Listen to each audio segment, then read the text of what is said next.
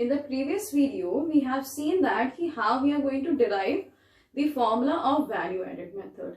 Now, before beginning with the practical questions of the same method, first we are going to see some precautions that we need to understand which goods or which statement will be included in value added and what you are going to erect or what you are going to neglect from value added. Okay. See, these are some precautions that you have to keep in your mind. There are some statements which will not be included. ये हमें include नहीं करना.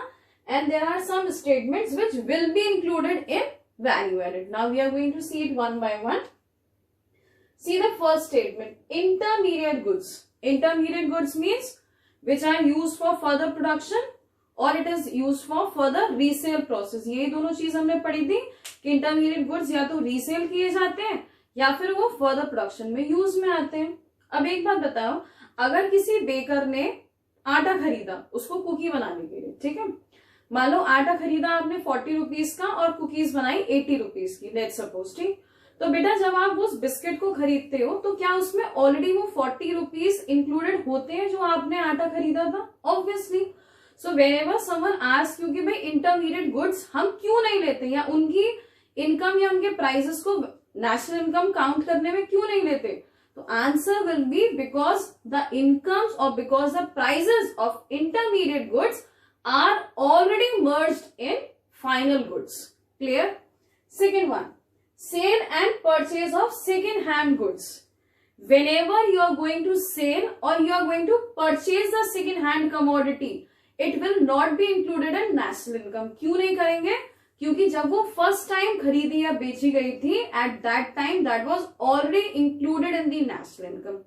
लेकिन यहाँ पर एक major point आपको याद रखना है, वो क्या है कि अगर वो सेल और परचेज करते समय अगर किसी ब्रोकर की मदद से या किसी एजेंट की मदद से आपने वो सामान परचेज या सेल किया है, ठीक है, तो ब्रोकर और उसका मतलब जो भी कमीशन होगा that will be included in national income.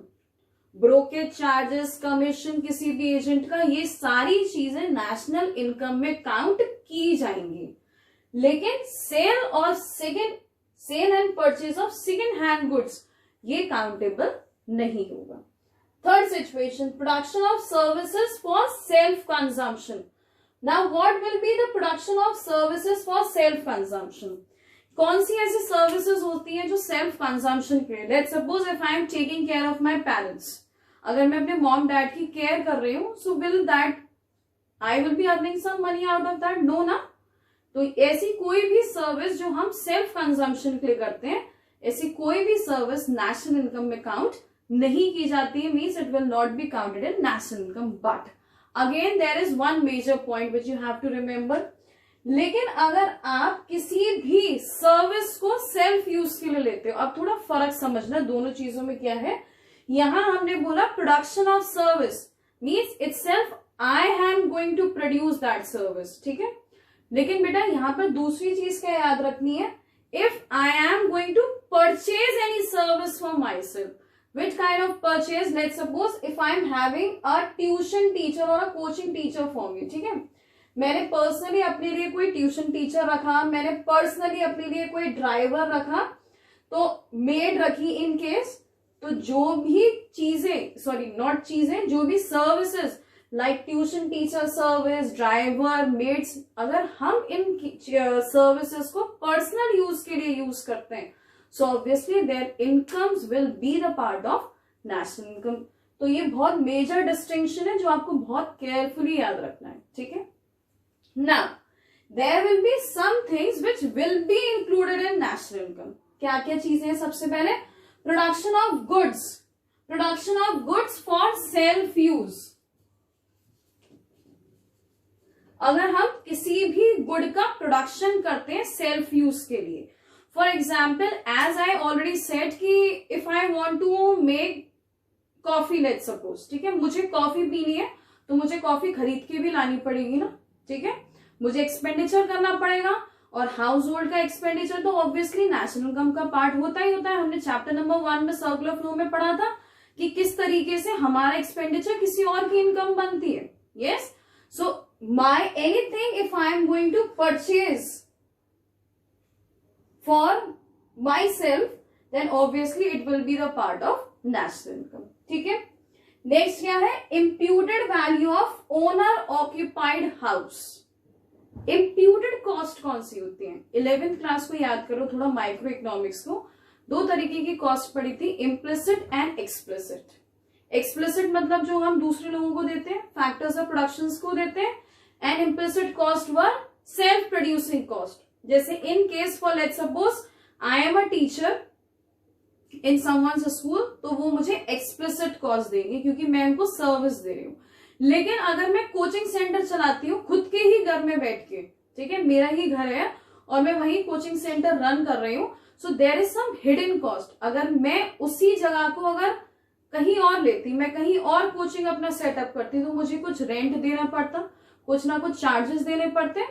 So cost which is self being connected to the owner और which is self created by the owner, those costs are known as implicit cost or the imputed cost. ठीक है, तो किसी भी self occupied houses की या फिर आप किसी भी ऐसे प्रोडक्ट का यूज करते हो जिसकी आपकी हिडन वैल्यू है, हिडन कॉस्ट है, so that will be included in national income. Clear. Third point, change in stock of goods. Change in stock of good means what? Capital formation. Remember we have studied about investment, capital formation. So whenever it can happen that you are going to add further new capital inside your business, so that will be included in the national income. As you have already seen that there are some precautions that we are going to take while doing the questions of value added method. Even there is one major problem that most of the times is occurring.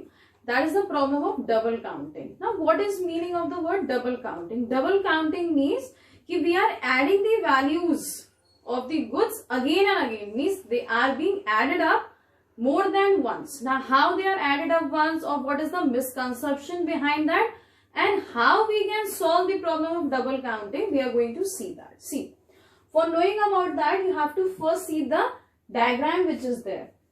There is a farmer. There is a miller and a baker. ठीक है? There is a baker, a miller and a farmer. Yes? Now farmer is producing the output as wheat. Clear? For how many rupees he has created? For 500 rupees. No inputs will be used by the farmer. He is not going to purchase anything as a raw material. So he has created the output of 500 rupees. Now we are going to say that he has added the value of 500 at his time of production. Now the farmer is going to sell the wheat of 500 rupees to the miller. भाई Miller उसके पास आया, farmer से बोला मुझे wheat चाहिए, तो farmer ने 500 रुपए का व्हीट मिलर को दे दिया. He has given him, he has sold his wheat. Now miller is creating flour out of that wheat. Clear? For how much rupees he has created that? For 700 rupees. Yes? Value of input. Now how much cost? How much was the cost of the wheat he has used as an intermediate good? That was 500 rupees.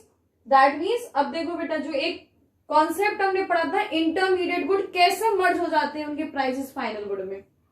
अगर हम इतने level तक देखें तो final output है मेरा floor, जिसमें मैंने ऑलरेडी 500 रुपए का व्हीट इंक्लूड कर लिया. करेक्ट? तो 700 वैल्यू ऑफ आउटपुट बनी. इनपुट मैंने कितना यूज किया? 500 का. तो मैंने अपने यानी कि मिलर ने अपने प्रोडक्शन के टाइम पर कितनी वैल्यू ऐड की? 200 रुपीज की. Now see the final. Miller has sold that flour of 700 to the baker. उसने बेकर को फाइनली 700 रुपीज का फ्लोर जो है सेल आउट कर दिया. Now baker wants to make a bread. Yes, he wants to make a bread. Now see, how much is the cost of output? That is 1000 rupees.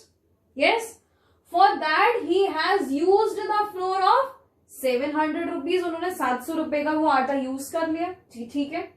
Now how much value is being added out? 300 value, क्योंकि यहाँ पे कोई input नहीं था तो जो भी output है वही वैल्यू ऐड की गई. यहां पर सेल आउट किया, 500 रुपए का व्हीट खरीदा था, 200 रुपए की वैल्यू ऐड की, तो वैल्यू ऑफ आउटपुट 700 बन गया। ब्रेड बनाया 1000 रुपए का, जिसमें ऑलरेडी 700 रुपए का जो आटे का जो कॉस्ट था वो मर्ज कर दिया गया और फर्दर वैल्यू ऐड की गई 300 रुपीज की।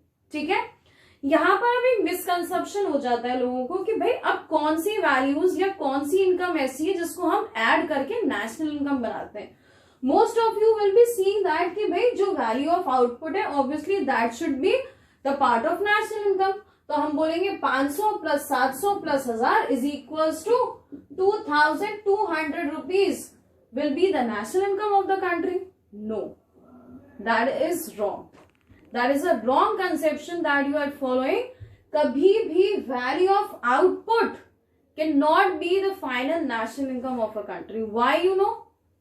Because as I recently said बेटा, intermediate goods, यहाँ पर आपने ये देखा कि हमने कुछ intermediate costing भी लगाई थी, ठीक है, और intermediate goods को use करने की वजह से हमेशा final commodity के prices increase हो जाते हैं.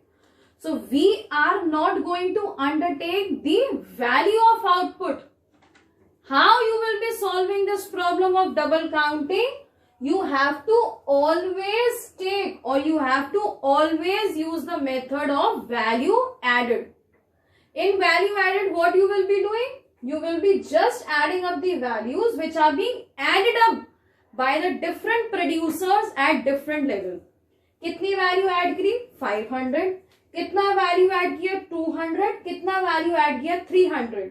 That means 500 plus 200 plus 300. That means 1000 rupees. So yes, 1000 rupee is a national income of a country. Or the second thing what you can do, or you just take the final amount of the good. Farmer ने produce किया 500 का, Miller को बेचा 700 का, Miller ने baker को बेचा और बेकर ने कंज्यूमर को फाइनली कितने का बेचा? 1000 रुपीज का.